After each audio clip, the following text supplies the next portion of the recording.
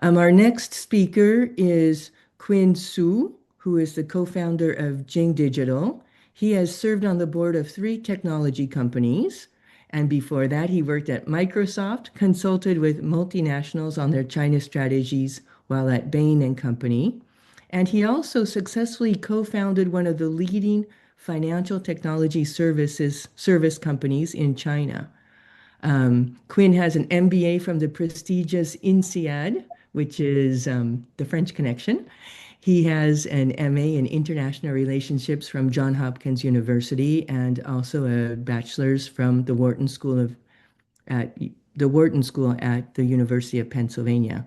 So, Quinn, thank you for being here, and over to you. Thank you so much, Carolyn, and thank you again for the opportunity to share some insights today. I feel like that was a great introduction. My entire resume is out in the open now for the entire world to see. So today I wanted to talk about a few topics, and I will make it high impact and as succinct as possible, as to leave as much time as we can for the Q&A session.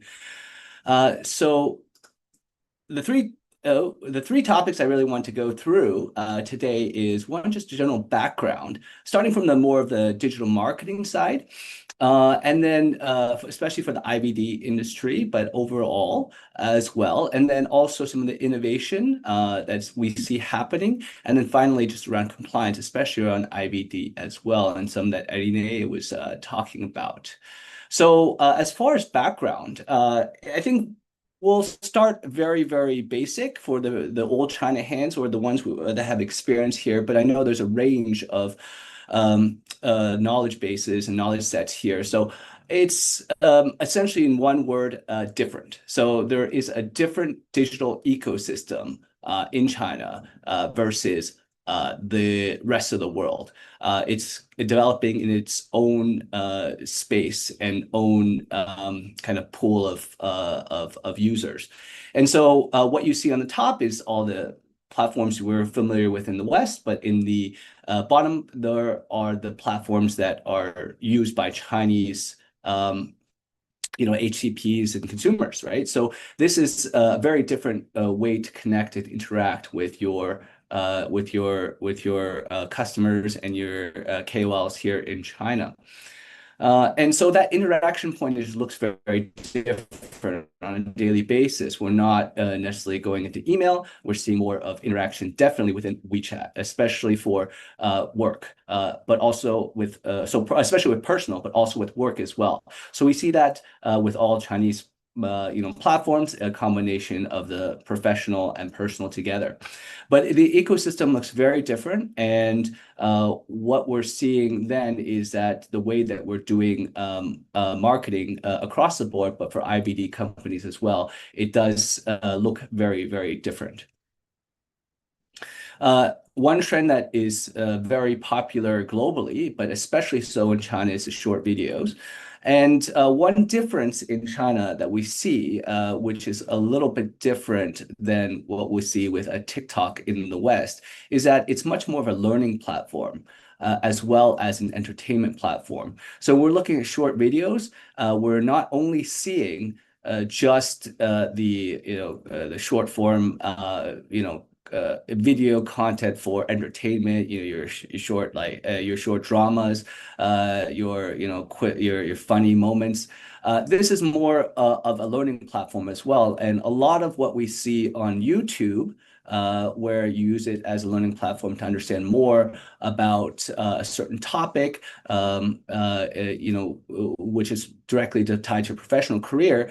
We see that happening here in WeChat video and TikTok, even with more platforms tailored towards less professional audiences as well, including Bilibili or Little Red Notebook. One other area which is fundamentally different is that WeChat is still, despite all the increasing number of platforms that have been popping up, it's still one of the central ecosystems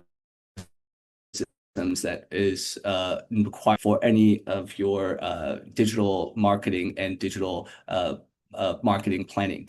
So this is one area where it will continue to be the case because it's so central for communication within China. And through that, we have the short video platform, WeChat channels, WeCom, which is WeChat for work, and other platforms as well. So we have, as for Jing Digital, we work with a lot of companies in the medical devices space and life science and IVD, and we still see that there's many touch points within the WeChat ecosystem for their interactions with their customers, the HCPs, and also distributors as well, which all happens within the WeChat ecosystem. So that's a very quick, broad introduction and primer to get us going. What we see as well now is there's changes that are happening, and AI is a giant tsunami that's coming through the entire world in multiple industries. I don't think, in general, we think that IBD is one of those industries that is on the leading edge of, let's say, technology, especially around AI. But on the marketing and distribution side, two areas pop up. And one area that we've seen pop up is one of the main functions that's taken the world by storm with AI is around the intelligent agent to have conversations with in the, let's say, the customer service or service agent. And so we have actually been speaking with a lot of life sciences companies around having a intelligent agent, let's say on there's some of their WeChat properties or on their website. And one interesting area that's coming out of that, especially given the compliance, is that it's still being pushed forward. It takes much longer time, and it requires, as we know,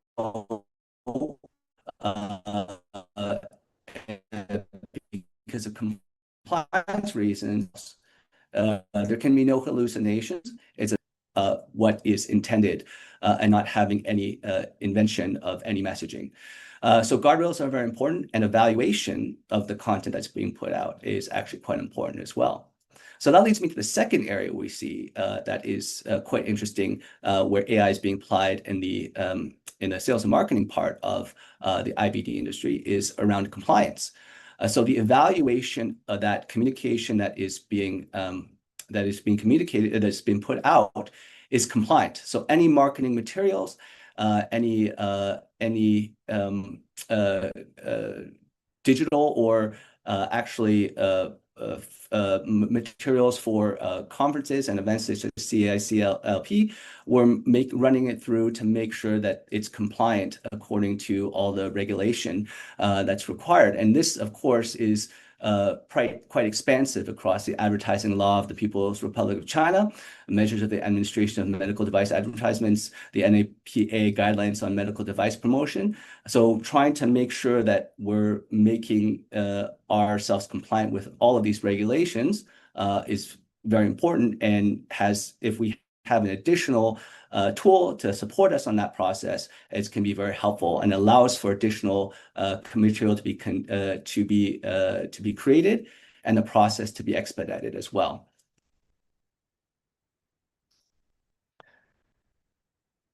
In addition, for AI specifically, it requires a lot of data. And so we, as far as one of the partners with a lot of our IVD customers, support a lot on the creation of what we call here a social CRM, given that WeChat is actually quite an important channel. It's not officially a professional network, so it's still considered a social platform. So having the ability to have the understanding of who is being communicated and who you're interacting with on this platform, we have a social CRM. In addition, we want to be able to connect with all the channels that are relevant for the IVD industry, and that we talked about WeChat and some of the video platforms, but also other additional platforms, including where KOLs that are actually publishing content, like the equivalent of Quora, which is called Zihu, making sure we're able to tie that all together. So that allows for much more precision targeting, and we can do a little bit more targeted, personalized messaging for each of the customers and the HCPs that we want to interact with. In the one of the most important touch points that we see, which is our exhibitions, such as the one that will be happening in Xiamen next year, we see a lot of the interactions not just happening offline, but finding a way to go from offline to the online sphere so that we can continue communication through WeChat. And how that's normally happening is through a QR code. Very widespread now in most of the conferences that will be held here within China, and this could be directly through just creating an official account and then having your QR code being scanned so that you can have additional content. But it could also be registrations. It could be for your distributor to have a digital business card with additional information. And also it could be a more of an integrated system for the WeChat for work, which can be tied to your WeChat. And that allows for additional capability to interact with your customers that has a more targeted data acquisition. And then for the live streaming, I think this is pretty common. Today we're on Zoom. Within China, often we see that as happening also with multiple channels. We're seeing that deployed a lot of the times through WeChat. So we do see those automated reminders and messaging so that we could have additional participants joining. And so having that within the WeChat system is actually highly, highly beneficial. And for the pre-event reminders, for the post-event follow-up, it's important and useful to have a tool to be able to support and increase the efficiency of your team to run a campaign very smoothly. So on the compliance side, there's quite a few. So I'll start again with the broader sense of what's happening in the digital marketing arena. Where there's over the last 10 years, we've seen a layering of additional laws around digital data security, but also on personal information protection. In general, I think one of the two of the areas that might be worthwhile just still out of the series of laws that we see on the left here is one is around the PIPL, and which is modeled after the European GDPR. Which effectively says that we want to monitor and make sure that we're not marketing to individuals that are not providing consent. And so making sure that we have consent and managing consent is quite important. Around data security, and especially about cross-border data transfer, that's a second area that we want to probably highlight as well. And that's really just to focus on having data within the boundaries of China. So if we have data on any individuals, whether they be consumers, but also HCPs, that's definitely going to be staying in China and not being exported out of China for data residency or data processing. So we want to make sure that that's all within China to be compliant there. as well. And then so the compliance risks that we want to probably go through for more specifically in the IVD space. Uh, there's a few things for on the entity qualification. I think this is really on the what we a lot of some areas that we know already, which is about the certification in general. So that's class one.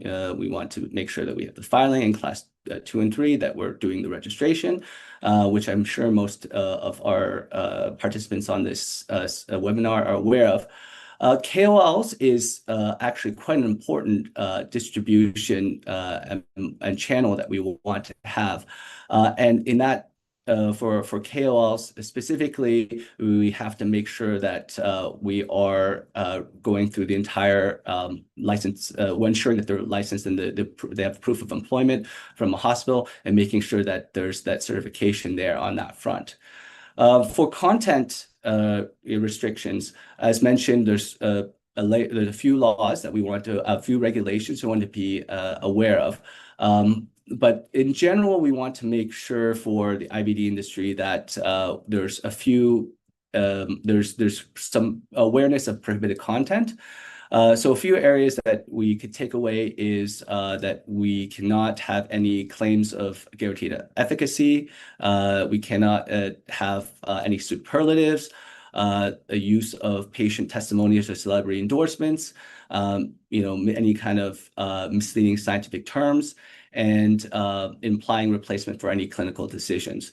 So these are areas that would be very important for us to be aware of as we're doing any kind of communications. Most platforms have heavy restrictions on the ability to make any kind of content. Here's a select few for the more of the short video platforms that we saw earlier. There's quite a lot of steps that need to be taken, including a qualification review for companies like TikTok and the Kwai, which is another very popular video platform here. And then there's of course, for different classes of IVD products, there's different different capability to do any messaging, and often requires being part of the white list and having whitelisting to be able to do any kind of communication that way. So we see that across the board, there's quite a few areas to be aware of, and having very strong compliance process to make sure that we're not actually having any content go out that is not abiding by these regulations is very, very important. So that's where Irini was talking about making sure we have a very qualified digital agency. And now, of course, there's more onus on them to make sure that they're actually abiding by these regulations very, very carefully. So in summary, around the digital transformation part of the messaging that I want to kind of go through today is that across the board, what we're seeing is there is some level of investment from IVD companies coming into China. The centralization can happen on part of the digital marketing, on the security and the technical operation aspects. But when we're talking about data, which includes all the customer data. If we want to have any kind of the architecture on businesses, including the sales team, the digital marketing team, that has to be localized.